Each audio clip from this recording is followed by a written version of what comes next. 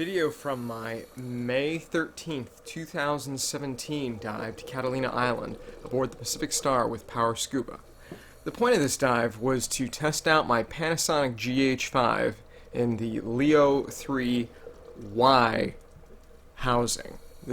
I'm going to Socorro's in about a week, and I wanted to have a test run in some fairly easy shallow dives. Here's your obligatory Garibaldi shot as it runs in fear for me.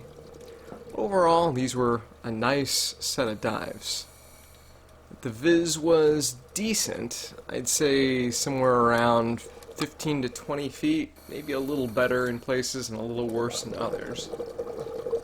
There were juvenile Garibaldi, or I should say adolescent Garibaldi, all over the place. They still had some of the blue iridescent sparkling, but they were mostly orange.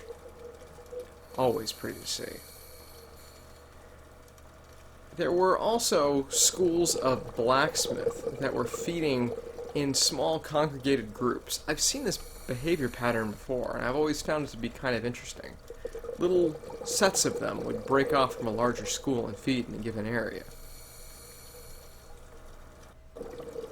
And I wanted to test the housing's ability to get sort of in close and tight, so here was a juvenile lobster who was sitting kind of out of his hidey hole.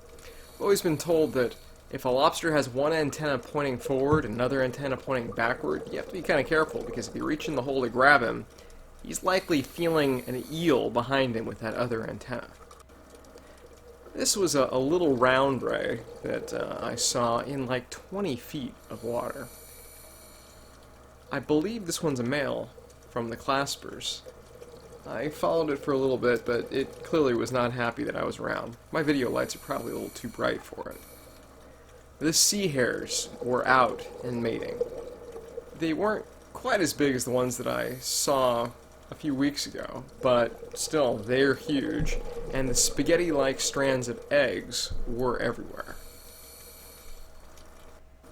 Here's a little clip of a sea hare actively feeding on some plant material.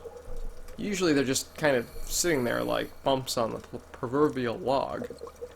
I really kind of like the shot because you can see its rhinophores really clearly.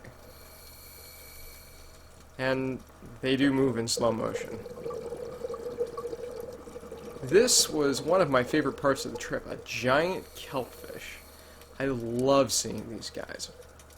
They're really neat in that they will move and mimic exactly the kelp. They'll position themselves head down and sway back and forth in sync with the kelp.